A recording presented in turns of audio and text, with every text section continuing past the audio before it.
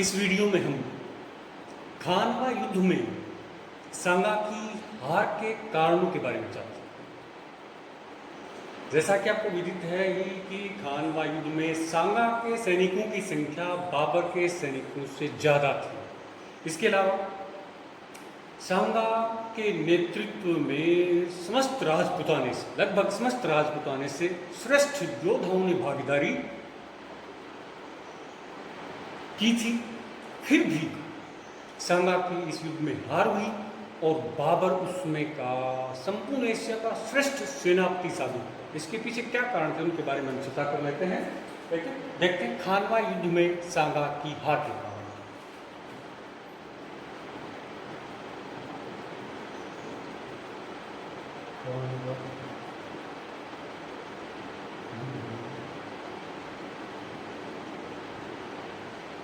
सांगा की हार के कारण खानवा युद्ध में सांगा की हार के कारणों की चर्चा करें तो सबसे पहला और जो प्रमुख कारण था वो ये था कि राजपूतों की सेना या सांगा की सेना में एकल नेतृत्व का भाव था। एकल नेतृत्व का भाव, एकल नेतृत्व का अभाव। जैसा कि आपको विदित है कि खानवा युद्ध से पहले राणा सांगा ने समस्त राजपुताने में आह्वान किया था बाबर के विरुद्ध युद्ध से पूर्व सेनाएं भेजने का, सेना नायकों के आने का, और उसकी अनुकूल प्रतिक्रिया हुई थी। और आपको पता है कि 7 राजा, 9 राजा और 104 सामंत थे उनकी सेना में, और उनकी सेना जो बनी वो अलग अलग राजाओं के अधीन, अलग अलग सामंतों के अधीन बनी। जो सैनिक जिस सामंत या जिस राजा के अधीन था उनकी निष्ठा उस राजा और उस सामंत के प्रति ही ज्यादा होती थी, न कि सांगा के प्रति। तो इस प्रकार से अलग अलग राजाओं सामंतों के अधीन सांगा की सेना में तालमेल का भाव था, समरसता का भाव था, सामंजस्य का भाव था। इसके विपरीत मुगल सेना का एकल नेतृत्व बाबर कर रहा था और समस्त सैनिकों की जो निष्ठा थी वो बाबर के प्रति थी। तो ये बहुत बड़ा कारण रहा सांगा की इस युद्ध में हार का। इसके बाद में दूसरा जो कारण है उसके बारे में चर्चा करें। दूसरा है बाबर का सैन्य संयोजन, बाबर का वैज्ञानिक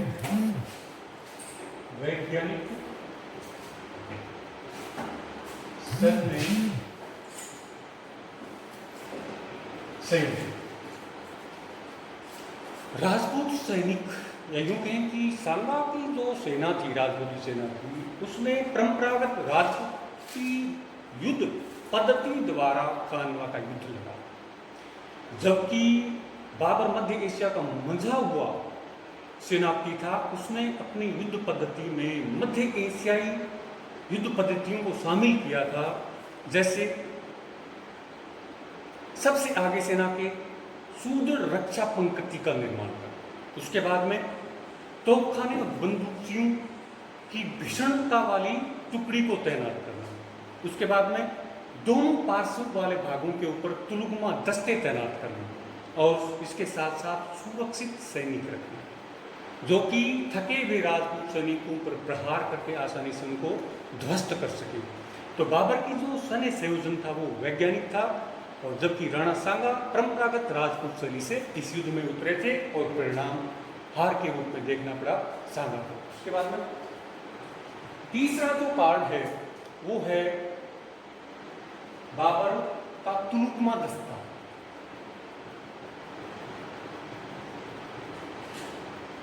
जैसा कि आपको विदित है कि तुलुकमा दस्ता बाबर की सेना के दोनों छोरों पर खड़ा रहता था, और उसने युद्ध के शुरू होने के थोड़ी देर बाद क्या किया, दोनों हिस्सों से यानी पार्श्व वाले भागों से गमन करके बराबर से राजपूती सेना पर आक्रमण किया।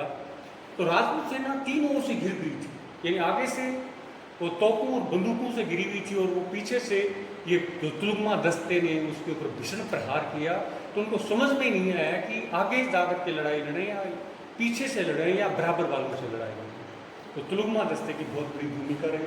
उसके बाद में चौथा है अश्वारोही सेना। बाबर की सेना में पैदल सैनिकों की तुलना में अश्वारोही सैनिकों की संख्या ज्यादा थी। और आपको ये पता है कि मध्य एशियाई श्रेष्ठ घोड़े जिनकी गति दुनिया में सर्वोत्तम मानी जाती है, उनके घुड़सवार पैदाती सैनिकों की तुलना में ज्यादा मारक थे। उनके धनुष तीर पैदाती सैनिकों की तलवार और भालों को दूर से ही ध्वस्त कर देते थे, उन सैनिकों को दूर से ही परलोक पहुंचा देते थे। जबकि राणा सांगा की सेना में पैदाती सैनिक जो तलवार और भालू से लड़ने वाले थे, वो अश्वारोही सैनिकों का मुकाबला नहीं कर पाए। उसके बाद में अगला है बाबर का तोपखाना।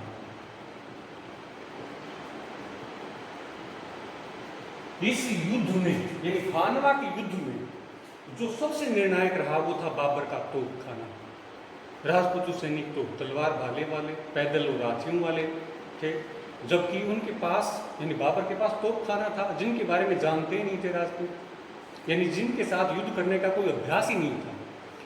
बंदूकों से निकली दंदनाती गोलियां और तोपों से आग उगलते गोलों ने राजपूती सेना में खलबली मचा दी। उनके हाथियों ने उन्हीं की सेना का विनाश करना शुरू कर दिया और राजपूत सैनिक भौचक्के रह गए, उनको युद्ध करने का अवसर ही नहीं मिला और वो दूर से ही शत्रु सेना के शिकार बन गए।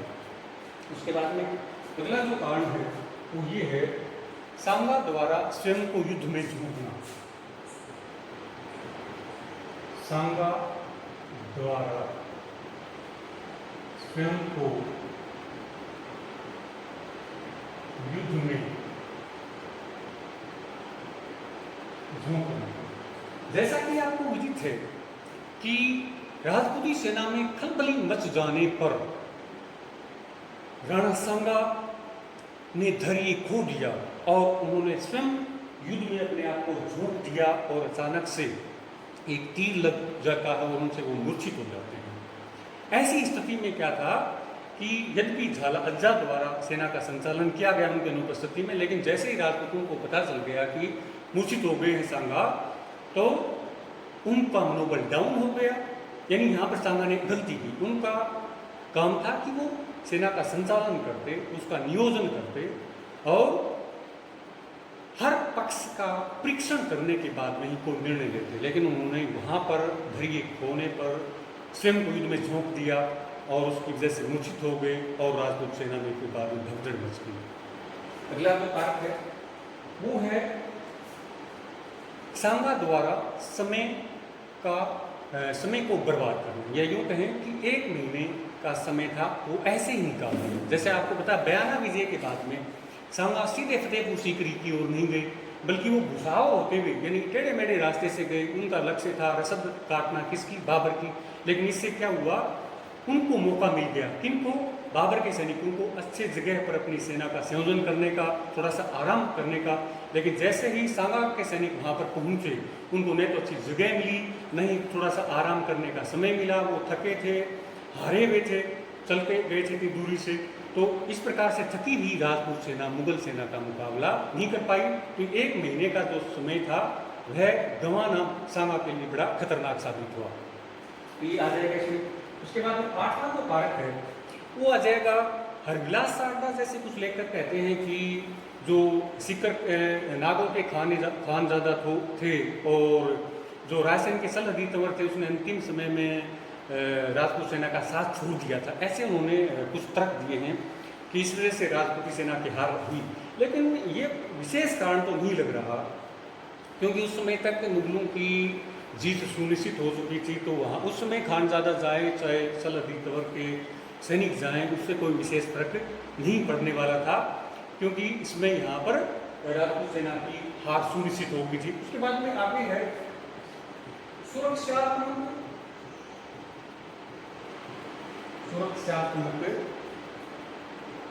उपाय नहीं करना। यानी सांगा परंपरागत युद्ध शैली से लड़ा था और उसने राजपूत सेना की सुरक्षा के लिए कोई विशेष प्रबंध नहीं किए। यानी आमने सामने की लड़ाई में जब आगे से तोप के गोलियां आ रही हैं तो सुरक्षात्मक उपाय करना जरूरी था, जबकि उन्होंने परंपरागत युद्ध शैली से ही लड़ा और उस वजह से राजपूत सैनिकों को तोपों के आगे झोंक दिया। तो सुरक्षात्मक उपाय के भाव में क्या हुआ, राजपूत सैनिक लड़ने से पहले ही वीरगति को प्राप्त हो गए।